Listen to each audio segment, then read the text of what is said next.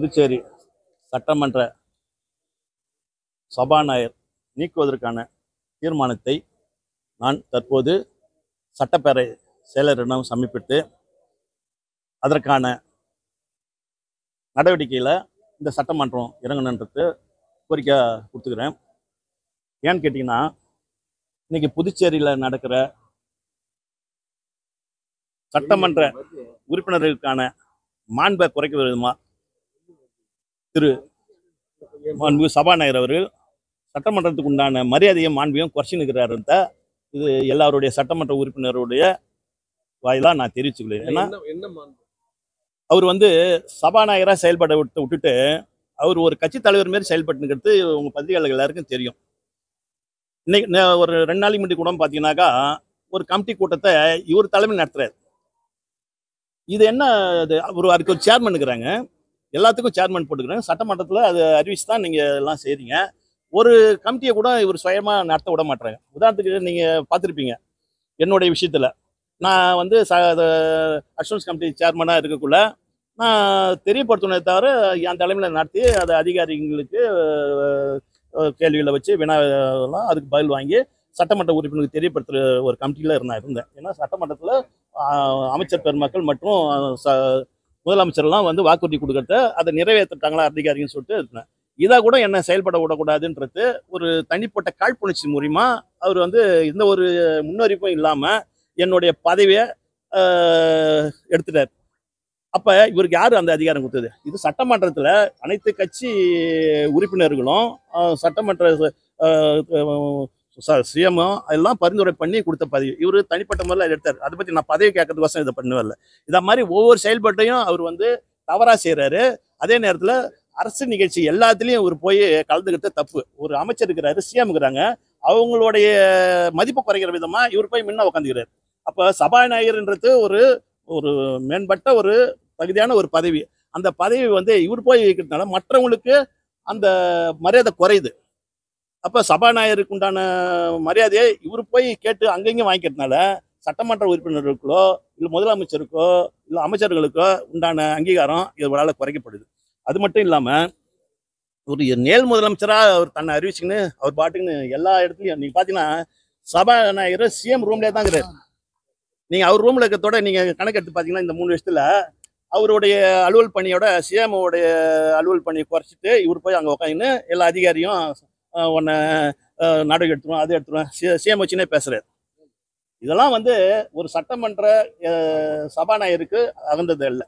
அதனால் இதெல்லாம் சுட்டி காட்டி அவர் மேலே நிறைய ஆதாரபூர்வமான குற்றச்சாட்டை நான் கூறுறேன். அதுக்கு ஆதாரம் இருக்குது எல்லாத்துக்கும். சபாநாயகர் முதலமைச்சர் அலுவலகத்துக்கு போறதோ அதே மாதிரி கமிட்டி கூட்டுறதோ அதெல்லாம் அவர் விதிக்கு உட்பட்டு இருந்தாலும் நீங்க சொல்ற காரணங்கள் அது சரியா பொருந்தல. அவர் பதவியில நீக்கிறதுக்கான காரணமே இல்லையா?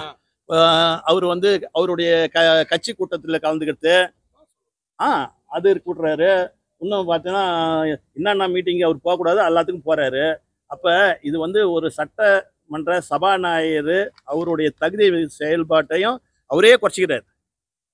மற்ற மாநிலத்தில் பார்க்குறீங்க நீங்கள், தமிழ்நாடு மற்ற தென் மாவட்டத்திலே பாருங்கள், ஆந்திரா, கேரளா, கர்நாடகா, இந்த மாநிலத்தெல்லாம் எங்கேயாவது சிஎம் அமைச்சருங்க கலந்துக்கிற மீட்டிங்லையோ இல்லை ஒரு நிகழ்வு பொது நிகழ்வுலையோ சபாநாயகர் போய் அங்கே அவர் தொகுதியில் ஏதாவது ஃபங்க்ஷன் இருந்தால் தான் அவருங்க கூப்பிட்டு அவங்க போகலாம். எல்லா தொகுதிக்கும் ஏதோ ஒரு பூமி பூஜை கூட நான் தான் வருவேன். இது என்னங்க? நான் என்னன்னா நான் எதிர்கட்சிக்காரருக்கும் எதிர்கட்சி நம்ம மதிப்புக்குரிய எதிர்கட்சியோடைய தோழர்களுக்கும் நம்ம இதை மேலே இன்னும் சபாநாயகர் மேலே அதிருப்தியில் இருக்கிற சட்டமன்ற உறுப்பினருக்கும் எனது கோரிக்கை வைக்கிறேன். நான் வந்துக்கிறேன், என்னுடைய தீர்மானத்தை ஆதரித்து நீங்கள் உங்களுடைய செயல்பாட்டை காட்டுங்க. நீங்கள் உண்மையான எதிர்கட்சியாக இருந்தாக்கா இதை நீ கொண்டாங்க. நான் தோக்குறேன். உண்மையான எதிர்கட்சியாக இருந்தாக்கா நீங்கள் அவர் சபாநாயகர், ஏன்னா இதை நல்ல ஒரு வாய்ப்பு. இந்த வாய்ப்பை கூட நீங்கள் பயன்படுத்திக்கலாம். மக்கள்கிட்ட நீங்கள் என்ன பயன்படுத்த போகிறீங்க? அதனால் நாடகம் தேவையில்லை, செயல்பாட்டில் வாங்க, மக்களுக்கான சேவையை செய்யுங்க.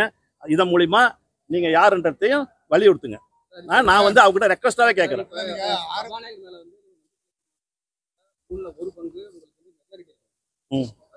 இப்போ உங்களுக்கே தெரியும் இன்னைக்கு இந்த அரசுல இப்போ ஒரு பிரிவா செயல்பட்டுக்கிறாங்க. அவங்கவுங்க ஒரு பிரிவா செயல்பட்டுக்கிறாங்க. அப்ப நீங்க தான் இதை எழுதுறீங்க.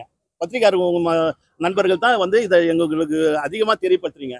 இவங்க இந்த கட்சியில இல்ல, இவங்க வந்து இப்ப தற்காலிகமா பிரிஞ்சு இருக்கிறாங்க. அப்ப ஸ்திரத்தன்மையே இல்லாத ஒரு இடத்துல இதை நான் வாய்ப்பா பயன்படுத்திக்கணும் எதிர்கட்சிக்காரங்களுக்கு நான் வேண்டிக்கிறேன். முன்னாள் முதல்வர் கூட இதை பத்தி சொல்லிக்கிறார். என்னன்னு சொல்லிக்கிறாரு, நாங்க வந்து நம்பிக்கையில்லா தீர்மானம் இந்த அரசு மேல கொண்டாடுவோம்னு சொல்லிட்டு தகுந்த நேரத்துல இதான் தகுந்த நேரம். எப்ப நீங்க கொண்டாடுவீங்க? அதனால இந்த நேரத்தை நீங்க பயன்படுத்தினா பயன்படுத்துங்க. இல்லாட்டா என் சார்பா நான் வந்து வேண்டுகோள் விட்டுக்கிறேன். நீங்க என் பின்னாடி வாங்க, இல்லாட்டா உங்க கூட நான் வரேன். ஆட்சி அமைச்சு ஆமா, நான் உங்க கூட வந்து ஒத்துழைக்கிறேன். ஒண்ணு நீங்க செயல்படுங்க, இல்லாட்டா செயல்படுறவங்க கூட ஒத்துழைங்க. ஆட்சி அமைச்சு 3 ஆண்டுகளுக்கு பிறகு எல்லா ஃபங்க்ஷன்லயும் வந்து கலந்துக்கிறாரு, எல்லாமே பண்ணிட்டு இருக்காரு. அது எல்லாமே உங்களுக்கும் தெரியும். ஆமா, நீங்களும் போறீங்க. அவர் வந்து விதிக்க உட்பட்டு தான் போறாருன்னு சொல்லிட்டு பேட்டி கொடுத்துறாங்க. உங்களுக்கு அவருக்கு தனிப்பட்ட மோதல் காரணமாக இது வந்து நீங்க கொண்டு வரதுக்கான ஏங்க தனிப்படை இதெல்லாம் நான் சுட்டி காட்டுறது தான் அவருக்கு மோதல். நான் இதெல்லாம் வந்து ஆரம்பத்துல சுட்டி காட்டுறேன். நீங்க வந்து சபாநாயகரா செயல்படுங்க, சட்டமன்ற உறுப்பினருக்கு உண்டான அங்கீகாரத்தை முறைப்படி வழங்குங்க. இந்த கமிட்டி கூட்டத்தெல்லாம் அவங்க நீங்க தலைவர் போட்ட பிறகு நீங்க வந்து உட்காராதீங்க, நீங்க அனுமதி கொடுத்தா தான் நடத்தணும்னு சொல்லிட்டு இந்த செக்ரட்டரி சொல்றாரு. எல்லாம் தவறு அப்படின்னு சுட்டி காட்டுறதுனால அவர் காழ்ப்புணர்ச்சியில பண்றாரு. நான் அப்பையிலேருந்தே சுட்டி காட்டினுக்கிறேன், இன்னைக்கு சுட்டி காட்டல. அவரு நான் வந்து இதை வந்து என்னை பதவி நீக்கிறதுக்கு முன்னே சுட்டி காட்டி பேட்டி கொடுத்துக்கிறேன், இது சம்மந்தமா அறிக்கையும் கொடுத்துக்கிறேன். அதை கூட சொன்னேன், என்ன எப்போ நீக்கினாங்க, நான் எப்போ சிஎம்கிட்ட மனு கொடுத்தேன்னு கேளுங்க. இது செயல்படவே விட மாட்டேன். இது பாருங்க, இன்னைக்கு சட்டமன்ற உறுப்பினர் சபாநாயகர் அலுவலகம் பூட்டியே கிடக்குது. இன்னைக்கு 4வது மாடியில கமிட்டி அலுவலகம் அதை வந்து ஆக்கிரமிச்சு வச்சுன்னுக்கிறாரு. அப்ப இந்த சட்டமன்ற செயல்பாடே முடக்கி வச்சுன்னுக்கிறாரு. இன்னைக்கு மழை பெய்யுது, அங்க போய் வெய்ய காய்ச்சாலும் அங்க வந்து ஒரு ஏசி ரூமு, ஒரு பெரிய ஹாலு, அந்த இடத்துல ஒரு ஆஃபீஸருங்க வந்து, சார் நம்ம ஆஃபீஸருங்களை ரொம்ப சொல்றாரு. நாங்க உண்மையா சொல்றோம், அந்த மாதிரி சில ஆஃபீஸ் செயல்படாது. இவர் அதிகாரம் துஷ்பிரயோகம் பண்ணி நான் அவங்கள பதவியில் இது உங்களை நடவடிக்கிறோம் அது எடுத்துரும் சொல்றாரு. சரி, நாளைக்கு இங்க ஒரு சட்டமன்ற கட்டடம் ஏதோ கட்டுறோன்னு சொல்லினுக்கிறாரு. அது அவர் எந்த காலத்தை கட்ட போறாரு அது தெரியல. நான் இருக்கிற அலுவலகத்தை யூஸ் பண்றது அதிகாரிங்க வந்தா உட்காரதுக்காக அலுவலகம் திறந்து விடுங்க. அதையும் ஏன் பூட்டி வச்சுக்கிறீங்க? அவங்க வந்தாக்க சிஎம் பார்க்க வராங்க, சபாநாயகர் பார்க்க வராங்க, மந்திரியை பார்க்க வராங்க. அவங்க வந்து என்ன சார், ஒரு ஐஏஎஸ் ஆஃபீஸர் கை கட்டினா சார் நீங்க வந்து நிற்பாங்க, அவங்களுக்கு உட்காரது கூட இங்க ஒரு அலுவலகம் இல்லையா? சரி, அதையாவது திறந்து விடுங்க, அதையும் பூட்டி வச்சுக்கிறீங்க. அதாவது ஆக்கிரமிப்பு தான் நடக்குது இங்க. அந்த ஆக்கிரமிப்புக்கு இன்னொன்று 2-3 தகவல் இருக்குது. நான் ஒன்று சொல்றேன். இன்னைக்கு அதே நேரத்தில் இப்போ நான் இன்னொரு அலிகேஷன் சொல்றேன். சட்டமன்ற அந்த செயலாளருடைய கொஞ்ச நாள் முன்னாடி பார்த்துருப்பீங்க, அவருடைய வீடியோ இப்போ அனுப்புறேன் நான் உங்களுக்குன்னா. ஒரு மனு வாங்குற விதத்தை பாருங்க. ஒரு சட்டமன்ற உறுப்பினர் ஒரு மனு கொடுக்குறாரு, எவ்வளோ மரியாதை வாங்குறாரு பாருங்க. அதை வாங்கி கண்ணில் கூட இப்படி வைக்கிறார். அப்போ எவ்வளோ அவர் வந்து இன்னைக்கு சட்ட செயலர், சபாநாயகருக்கு பிஎஸ், இன்னொரு துறையில வந்து டிஸ்ட்ரிக்ட் ரிஜிஸ்டர். சார் எதை சார் ஒழுங்கா சார் பார்த்தீங்களா? அங்கே பத்திரப்பதிவு அலுவலகத்தில் அவ்வளோ முறைகேடு நடக்குது. அதை நான் வந்து இன்னொரு தகவலாக சொல்கிறேன், அதுக்கு ஆதாரபூர்வமாக நான் சொல்கிறேன். யார் அதாவது இன்னைக்கு ஊட வந்து யாரும் வந்து நிம்மதியாக இருக்க முடியாது. நம்ம வீட்டில்